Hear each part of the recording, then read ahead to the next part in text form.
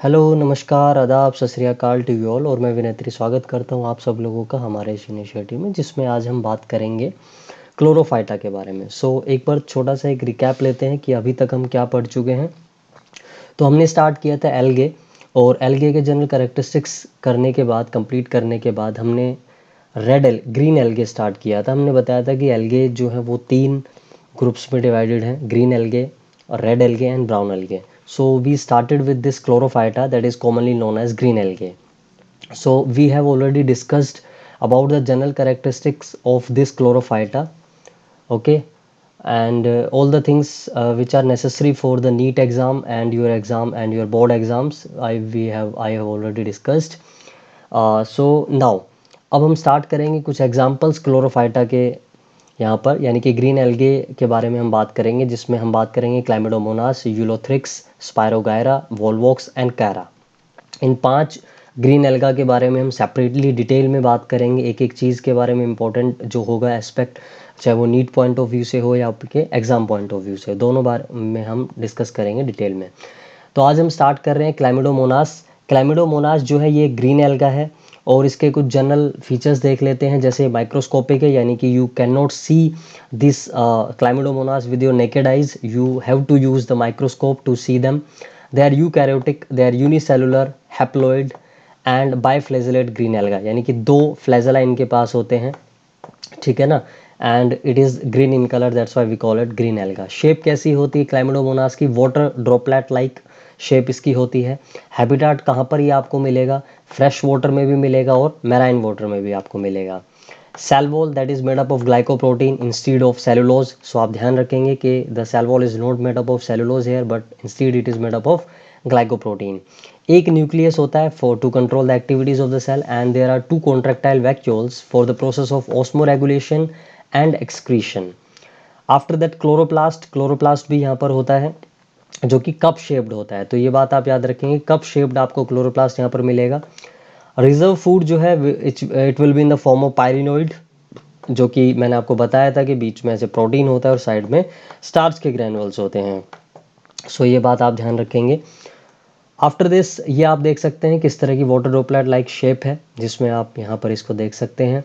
और डिटेल में जब आप बनाएंगे नोटबुक में, तो यहाँ से आप बना सकते हैं इसको। ये वाटर ड्रॉपलेट लाइक शेप आप बनाएंगे। सबसे बाहर जो मेम्ब्रेन है that is cell wall, and inner to this cell wall is the plasma membrane, और फिर इन अंदर साइटोप्लाज्म। ओके, कप शेप्ड जो है क्लोरोप्लास्ट है, और इस कप शेप्ड क्लोरोप्लास्ट के पास क्या है? पायरिनोइड, जो कि एक सिंगल जो रिजर्व फूड है, ठीक है। And there is a red eye spot which we call stigma, ठीक है। That is red because of the presence of carotene in that, और कैरोटीन के बारे में मैंने आपको कल भी बताया था। यहाँ पर ये 2 बेसल ग्रैनुअल्स हैं, जिनको हम ब्लिफेरोप्लास्ट भी बोलते हैं, और यहाँ से अराइज होते हैं दोनों फ्लैजेला। और यहाँ पर ये एक्सटेंशन है प्लाज्मा मेम्ब्रेन की, और जिसको हम बोलते हैं शीथ। और फ्लैजेला कैसे हैं? फ्लैजेला 2 हैं और दोनों इक्वल इन लेंथ हैं। विप्लश हैं, विप्लश के बारे में आपको पहले बता चुका हूँ। एंड एक्रोनिमेटिक हैं। तो ये फ्लैजेला है, फ्लैजेला की शेप है। कॉन्ट्रैक्टाइल वैक्यूल है for the process of osmo regulation and excretion. तो ये सब बातें बताएं, और कंट्रोल करने के लिए सेल की एक्टिविटी को न्यूक्लियस इज प्रेजेंट।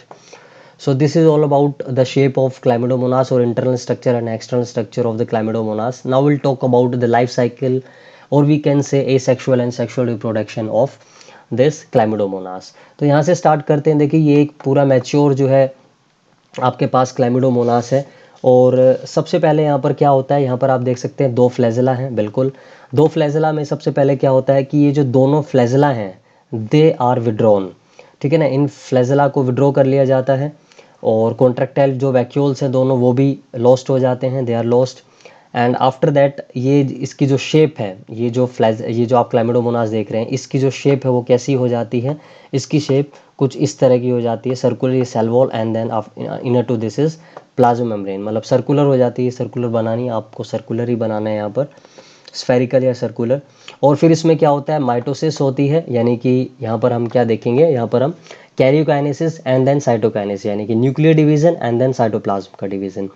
तो फिर उसके बाद ये वाली स्टेज आ जाएगी, ठीक है, जिसमें आप देख सकते हैं यहाँ पर सेल वॉल है, और सेल वॉल के अंदर प्रोटोप्लाज्म का डिवीजन हो गया है, यानी कि साइटोप्लाज्म और न्यूक्लियर दोनों डिवीजन हो चुके हैं। और फाइनली इसकी हैचिंग हो जाएगी, हैच हो जाएंगे, they will come out the cell, this cell will burst and the new born जो क्लाइमिडोमोनास हैं they will come out of this cell, और we will call them zoospores. We'll call them zoospores.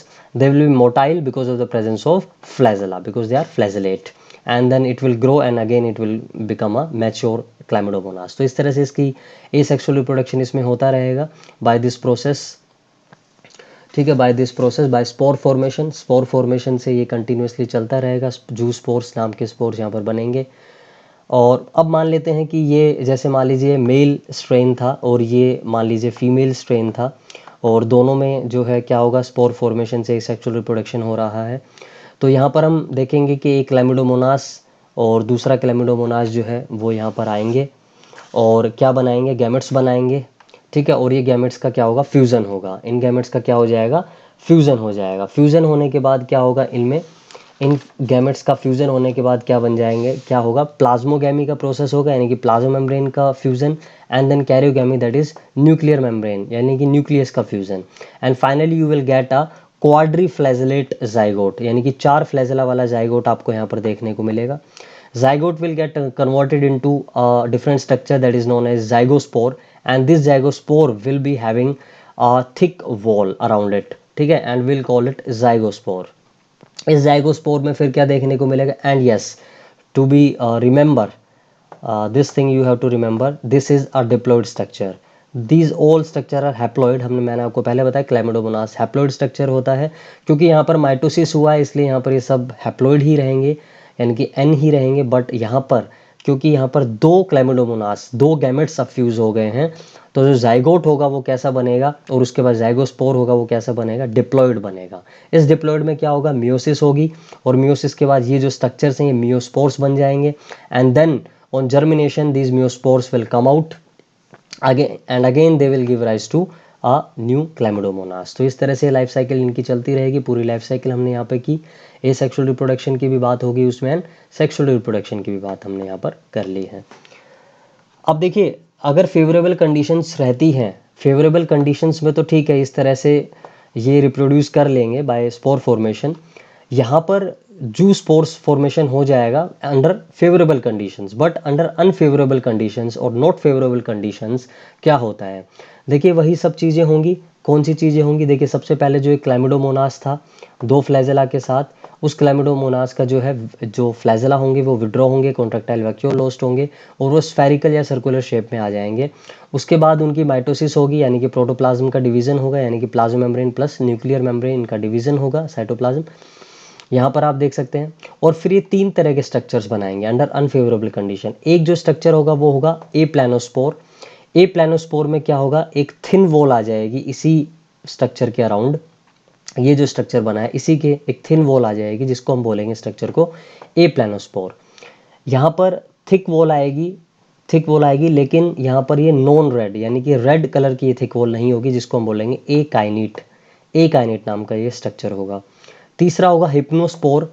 यहाँ पर भी एक thick wall आएगी, but it will B red in colour due to the presence of a pigment that is हिमेटोक्रोम, HAEMATOCHROM, हिमेटोक्रोम। अब आप एक बात याद रखेंगे, ए प्लानोस्पोर and हिप्नोस्पोर they both are non motile, unlike the zoospore which was motile, ठीक है, because zoospore had flagella, that's why it is considered to be motile, and they do not have flagella, that's why they are considered to be non motile।